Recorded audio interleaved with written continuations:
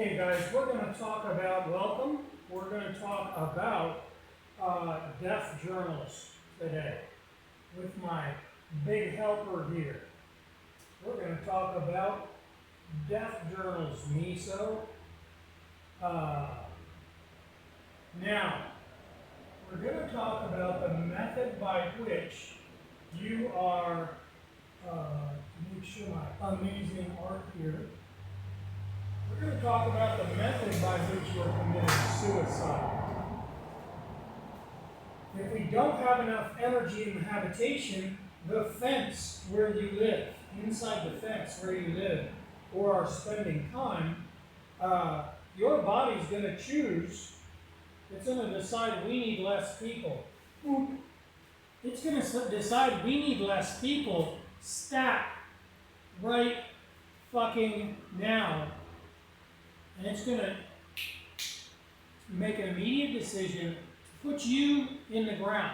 Now, everybody's going to, human bodies are philanthropic. They're looking out for each other. Everybody's going to snap at the same time. We see this when we do the experiment Universe 25. Everybody turns homosexual at the exact same time. Everybody goes to suicidal at the exact same time. We're hoping as few people die as possible, and we get to sustainability, the correct amount of species-specific energies for the number of the species present. However, if you're tricking your body by having zero anywhere, zero relationship to the ground, to the soil, the human medium, zero relationship, reciprocal relationship with the plants and animals next to you, we can't hit that number. And so these billionaires have triggered you and your kids, you and your mom and dad, you and your beautiful wife have triggered this end game, this get in the soil right now, right motherfucking now.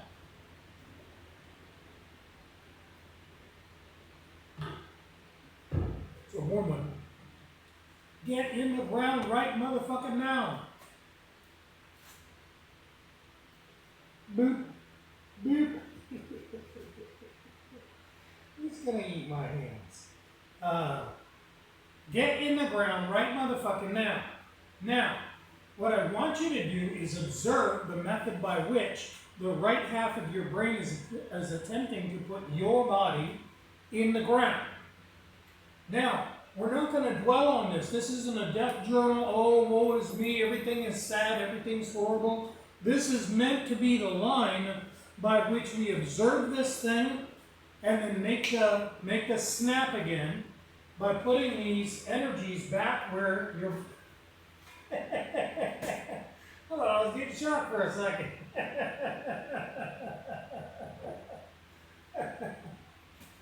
Putting these energies back where your body's trying to measure them. Put them at your house. Put them at your kid's house, people. We're going to see a snap. There's cults, these awareness groups that come around. Every time there's a lull, there's another one. And what they do is they say, okay, there's a voice inside of your head. And once you see that that voice is not you, now you can just conjure up whatever the fuck you want. You can just say, I'm a real handsome guy. I got a real big wiener. I know all the famous people. I'm the famous people. All the famous people want to know me. And you could just conjure this stuff up. Some of them have you write a sticky note. Some of them have you say it first thing in the morning. Some of them have you telling other people, hey, I'm going to be a real rich guy, which is not annoying at all. But that doesn't work. And that sort of person is just looking for the next wiener to tug on, the next guru. And so they're going to go from one little scam to the next, to the next. We cannot squeeze real hard, like we're pooping, and change our sexuality or change our desires to work out or our desires to eat better. We have one switch. I mean, we have the right to procreate and we have the right to life. However, the prime decision that's making you commit suicide is right to life. And the trigger for that, we don't have a million little triggers and we're trying to outthink our own body on all these different things. There's a single prime decision, a single prime decision and a single goal. And our diagnosis is, what's your body's goal? My body goes out and does 3 hours of cardio in the morning while I'm half-assed asleep, and then comes up with today's little lesson for you awesome people. When I get home, I'm a little bit more awake now. I take a shower, eat some food, finally, and then feed all the animals, clean all the filters for the fish tank and the pool and everything in the world. And then I go, oh man, if I can, I'd like to take a bike ride.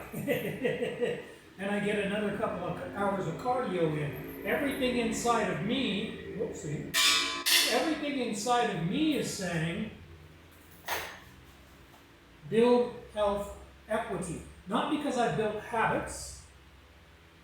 We see, this is kind of funny, we see guys that in high school were cyclists, and now they look like Homer Simpson in one of those fucking onesies, right? And you go, God, I can tell you used to be about that life, and now, you're about them Pringles, motherfucker. You need to be a little, look in the mirror, goddammit. You want to dress more like the president. You want that big long tie, you want that big long jacket to where it looks like when you're standing facing forward, you look like a thin person. Then when you turn sideways, you go, hey, what the crap? When you see some of these entertainers doing the hot ones challenge where they eat the spicy wings, and it's a side profile, you're looking at it like, is that right? Is that person 3 foot thick? I'm looking dead straight at them when they're doing their monologue, and they look trim. But from that side profile, you're going, wowzers, dude, how did you become a 3 foot thick human being? It's sleight of hand, right? But they've got it packed in there. You're like, hey, you might want to update that size, homie. You're cutting off some blood circulation to the vitals. But that person's body has made a decision. They're still identifying as this person they were when they were 18, and there weren't a million people at their workplace, a million people here and there, and so their body still had a chance of building some health equity. We got two goals. The left hemisphere is saying, I'm about that cyclist life, and the right hemisphere is saying, hey, keep thinking that. Hey, keep thinking that. We're actually on another tip altogether.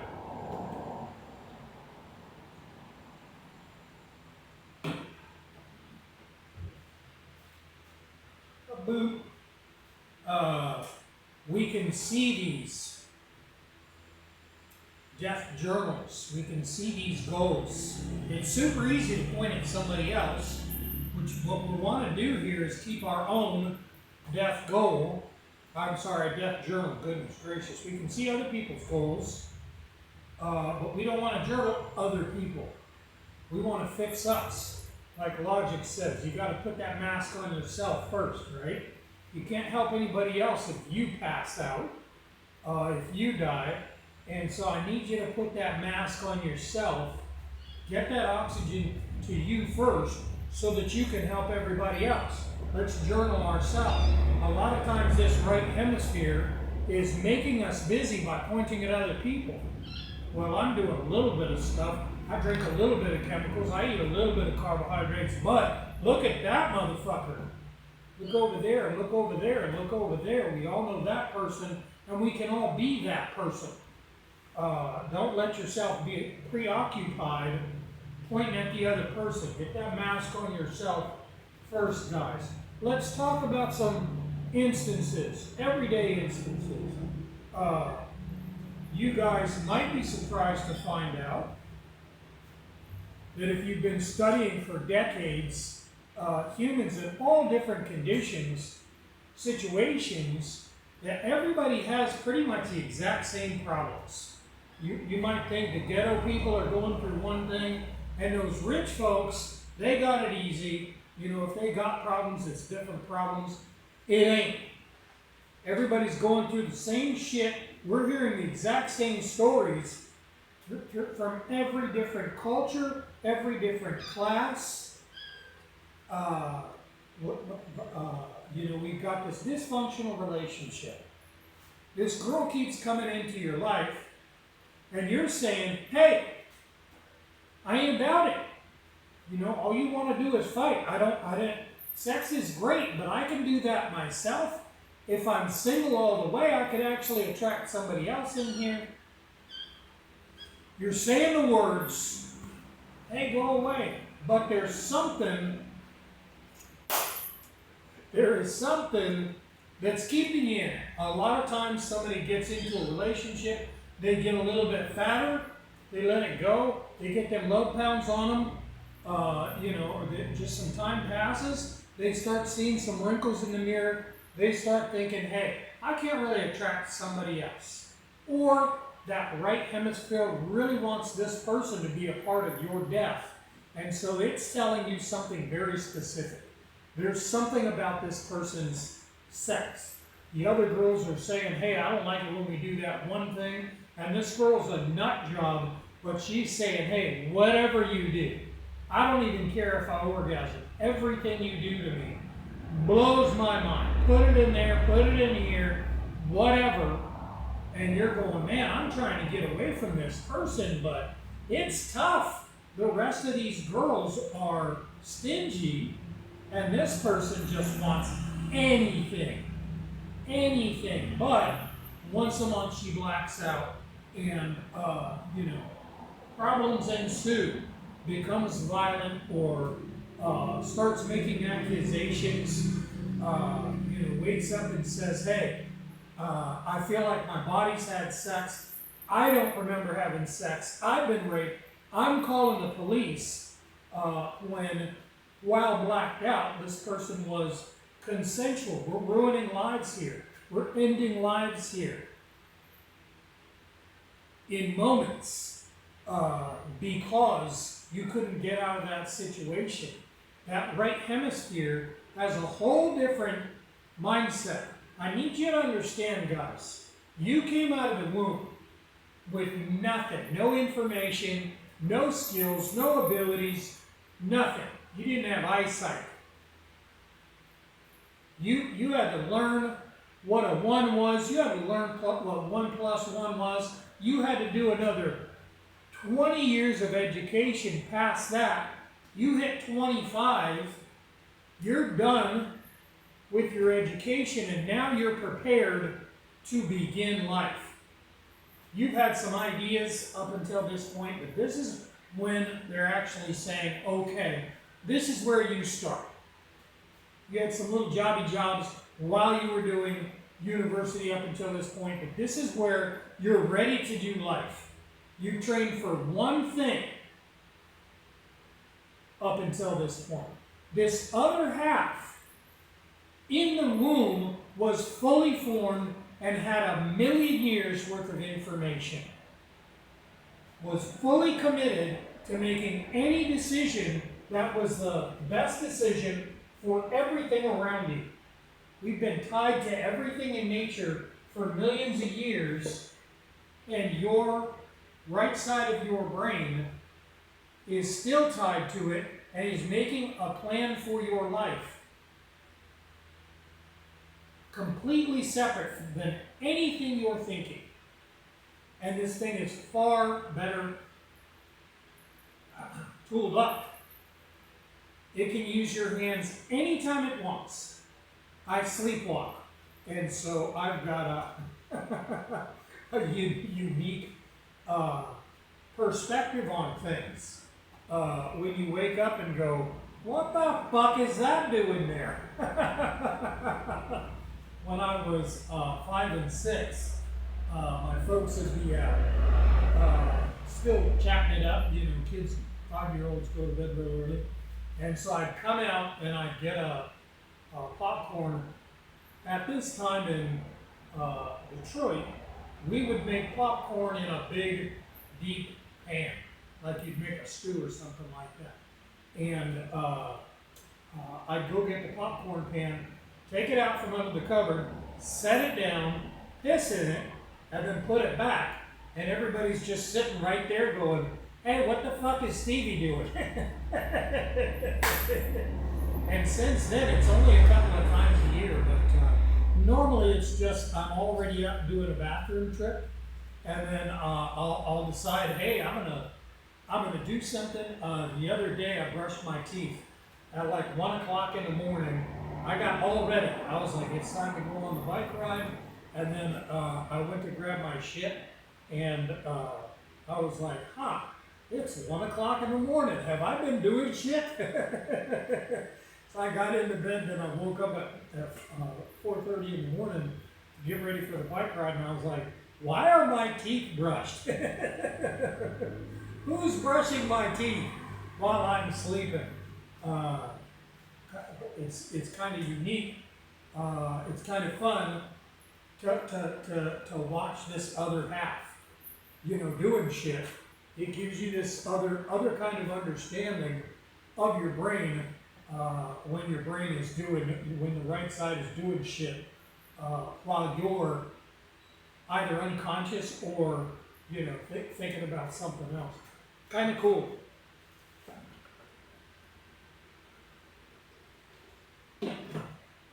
We're always thinking about our brain because these cults are trying to convince us that we've got original sin. Some chick ate the apple 4,000 years ago. You've got something creepy inside of you.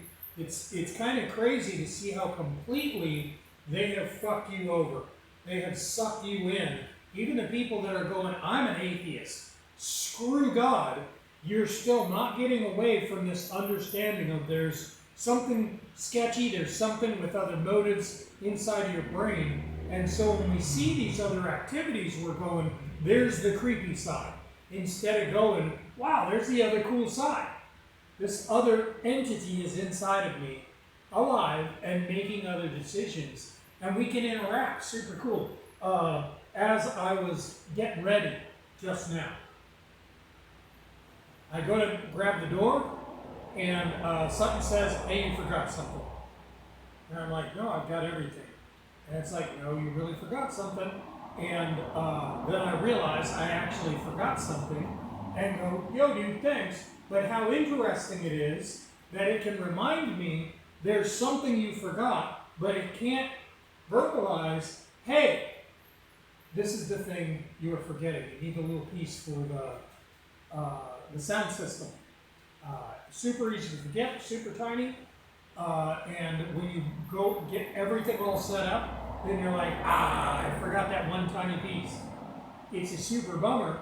It's only going to take a minute to run it back, but I work a lot, guys. So cool to watch that interaction between these two entities in your own fucking head. But the relationship, examples, you're trying to get away from this gal, but that right hemisphere is saying, but the vagina though, but the butthole on this girl, but the blowjobs on this girl.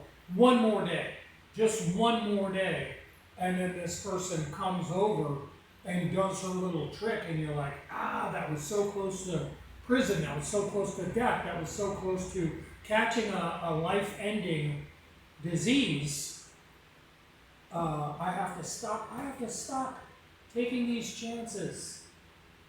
And then find yourself sucked into this. And you want to blame somebody else, but you could obviously say no to this person. There's something inside of your own brain that's saying, hey, one text isn't going to hurt. Another example, there was a girl we were studying, group, but there's one girl that they're working at this party time. They're arranging kids' parties at like a Chuck E. Cheese type thing. They're arranging transportation for kids, and this girl is the bus driver, so to speak, of this big minivan constantly full of kids. It's wrapped in a, party time theme or whatever, and the kids have little toys on the ride and stuff like that.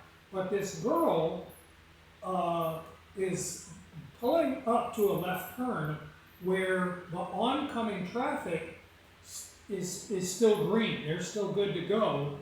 And so you've got to wait to turn until there's a light at some point, but you're also allowed to make a left-hand turn while the oncoming traffic is still going, if there's a break in traffic. And so this girl is, instead of going, she's waiting until somebody gets rather close, and then she's going. So these people are having to stop, even though they've got the right of way. And everybody's telling her, hey dude, this is super dangerous. You've got this bus full of kids here. And she's saying, hey, what's wrong with society is people don't have to abide by any rules anymore. And so if I wait until they get close and then I go, they have to abide by a rule. And so I'm making the world a better place by doing this. And of course, this person doesn't see their brain as two hemispheres. We're now getting a picture of what the right hemisphere is telling the left hemisphere very convincingly. So she's saying, hey, there's something inside of me that's more powerful than me that is saying we're literally going to save the world by endangering our lives, all these kids' lives, by waiting until this person, when of course you check if somebody is about to pull out and do something dangerous, you're going to keep an eye on them. But if somebody's minding their business, if there's somebody that's minding the traffic laws, you're going to go ahead and adjust that stereo. You're going to check that text. And so 100%, it's only a matter of time before she gets T-boned with a truck full of kids. But her brain is telling her, the right hemisphere is telling her, hey, you're curing the world. Isn't that interesting, guys? That isn't the bad person. There's no such thing as a bad person. There is no morality in any of this stuff. It's just mathematics. We've all shared the exact same genome for 300,000 years. Black people, green people, yellow people, everybody has the exact same genome for 300,000 years. Anything the worst person you can imagine is capable of, you're capable of in the same mathematics.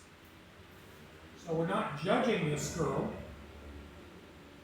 that I'm sure is dead, long since dead. Excuse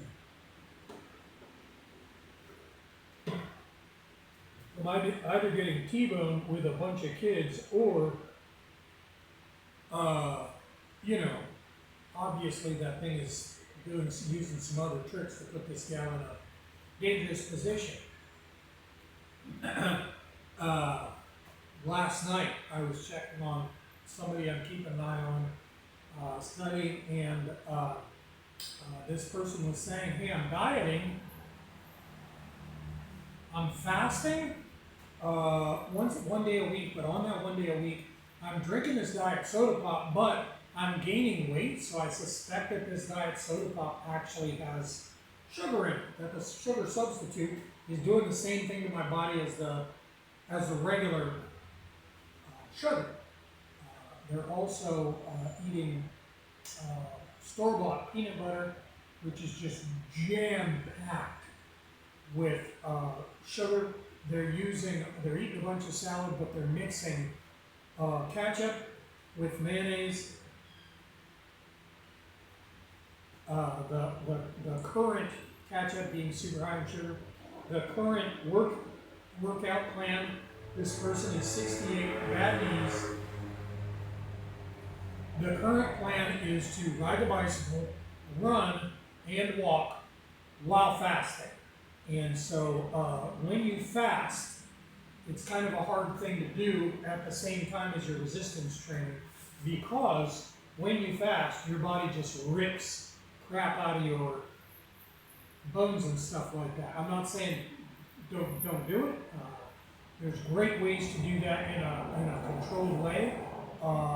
Getting control of your appetite after we make this switch again is an amazing thing. Once you fill your body with GLP-1s again, naturally, free, no side effects, and eat, and then are full, or say, man, it's hot, I really don't feel like eating, where before, motherfucker, you'd have been eating. You'd have been eating.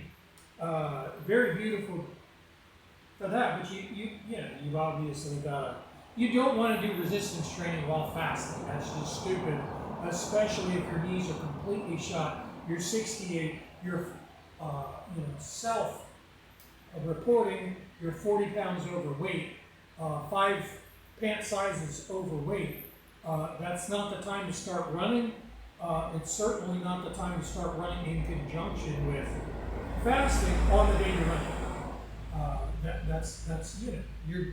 That's a plan to not exercise. That is a plan to not exercise because you're obviously just going to have injury right out of the gate. I'm going to go for a run at the beach while I'm fasting when there's been surgery ordered to replace your knees in the first place. That's not the thing you want to go for. That bicycle, that elliptical, that low joint impact is what you're going to go for. Is what he would be hearing if we had sustainable energies. Hey, we're going to go run, even though every single time we start to run, we have an injury and can't work out for 6 months' time. That doesn't make sense to anybody else. It's so easy to point at other people's, right, guys? But this death journal is a personal thing. We're finding out what that plan is inside of ourselves. The other girl I checked on last night, I stopped by the house, she's got a brand new baby. Saw the baby for the first time last night. It was sleeping, I didn't get to hold it, but still. Beautiful little Haitian baby, Akon. And his first name was Benjamin. Benjamin in Haitian. Benjamin. He had to say it 3 times. I was like, what? Is that a Haitian name or is that a family name? And he was like, no, from the Bible. And I was like, Benjamin. Benjamin. Much cooler the way they say it. I'm not trying to get them to, hey, you need to say it in English. Stupid. I love hearing these beautiful people's languages that are so much more inclusive. English is about the ugliest language on earth. It is the ugliest, least acknowledging. It just kind of, there's an assumption that everybody's just crap. And in the way is what the English language really expresses. But it took me a while to make that link. But this girl that I call Mom, Paulina, she's got a husband. It's Friday night. I go up to check on him. It's Friday night. Where's your husband at? I have no clue whatsoever. It's Friday night. Why would I know where my husband was at? Have you guys installed the sink that I gave you 5 years ago? And this week I brought up a bunch of parts because you asked me to. We haven't touched it. He's been nowhere to be found. And I haven't been telling this person, stop having goddamn kids with this guy that doesn't pay for kids. You can't tell me, hey, we're hungry, you need to buy us food, if at the same time you're choosing to make more mouths when you've got no energies for those mouths. I'm not talking about organic species, I'm talking about you don't have fucking rice to feed the 5 kids we have in this household right now. You don't have, there's nothing. There's nothing. These people are facing starvation on a regular basis, and at the same time going, you know what would be great? Another kid. There's free contraception. You can just go to the hospital and get a thing put in your arm so you can't have a kid for 2 years. There's free condoms everywhere. Nobody likes condoms, but if you're starving, then, you get what I'm saying, guys. Understand, we're not judging my mother, Paulina, my amazing mother, Paulina, at all. We're simply observing, and we're trying to keep planting plants in this person's home. I keep telling them, hey, we need to do this relationship. The poop has to go into the soil. We've got to grow these plants. This energy has to go in a circle, but we've got this shaming going on that's coming from the American zombies. They're saying, hey, we're doing so fucking stellar. Look at you cave people. Look at you animals pooping in soil and then growing food from that soil and then eating food from the soil that you just grew from poop. Gross. You should do it from chemicals like us, because we're doing so fantastic. America is killing these people right now. They were in the life cycle, and their females looked like they were in their life cycle, and then our lifestyle came here, got thrown on them, shamed into them, and now they're going, hey, what happened to these females? Why has everybody suddenly got no ass to attract a man, no lips to attract a man? More than anything, why is this person claiming, the opposite sex is abusing them all of a sudden? It was very easy to get married in this country up until the last 3, 4, 5 years, when all of a sudden everybody became super consumers. Ironically, the country hit 10 million people, and all of a sudden America's corporations, pounced on these people, spending billions of dollars to go into these communities and tell them, hey, these shit Dominican products, these shit Haitian products, we've got the good stuff. And so these people are saying to me, look, we've got the good stuff. And I'm going, no, you had cane sugar. Fucking, I don't want you eating any goddamn sugar, but you had fucking cane sugar.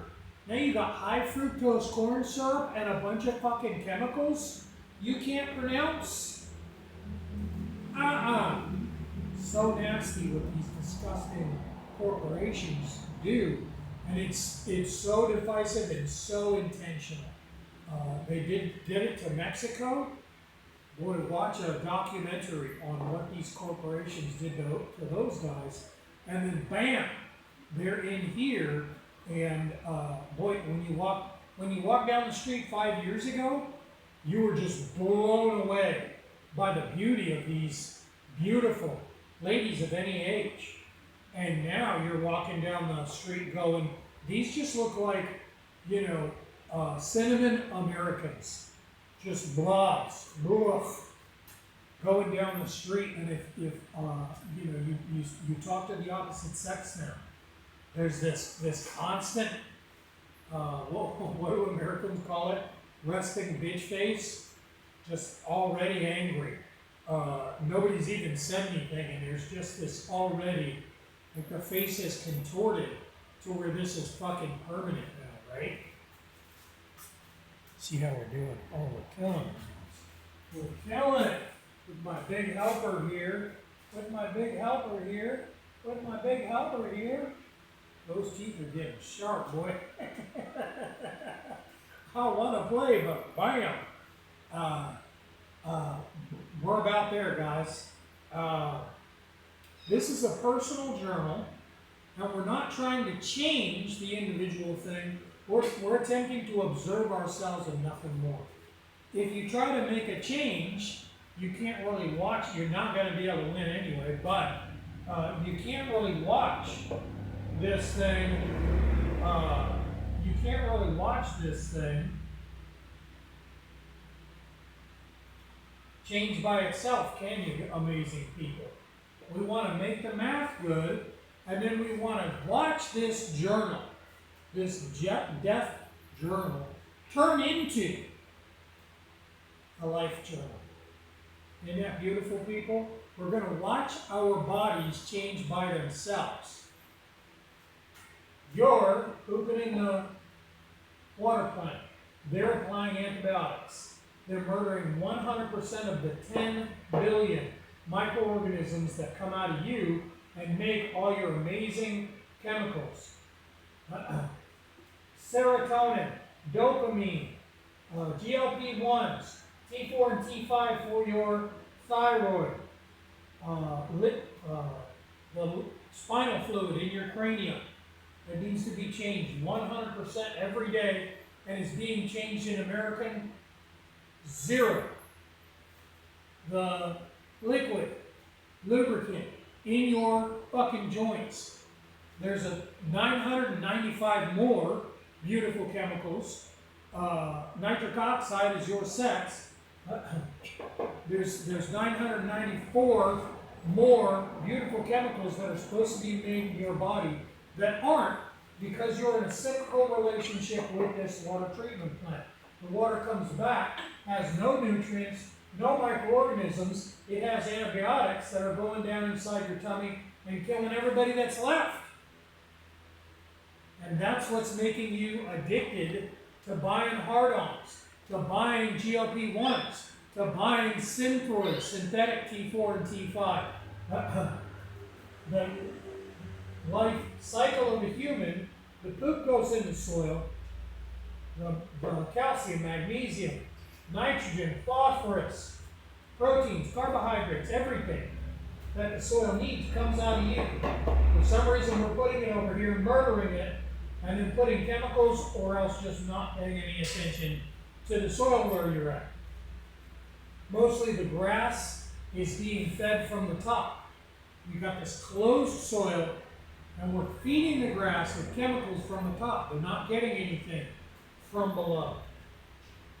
The beautiful calcium, magnesium, nitrogen, phosphorus, microorganisms, everything the soil needs comes from you, goes into the soil. This guy has been making sugar out of sunlight for billions of years.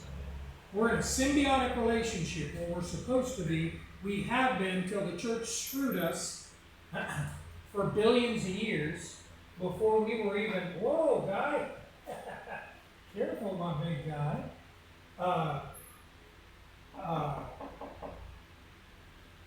The microorganisms meet the sugar. The plant is turning sunlight into fucking sugar.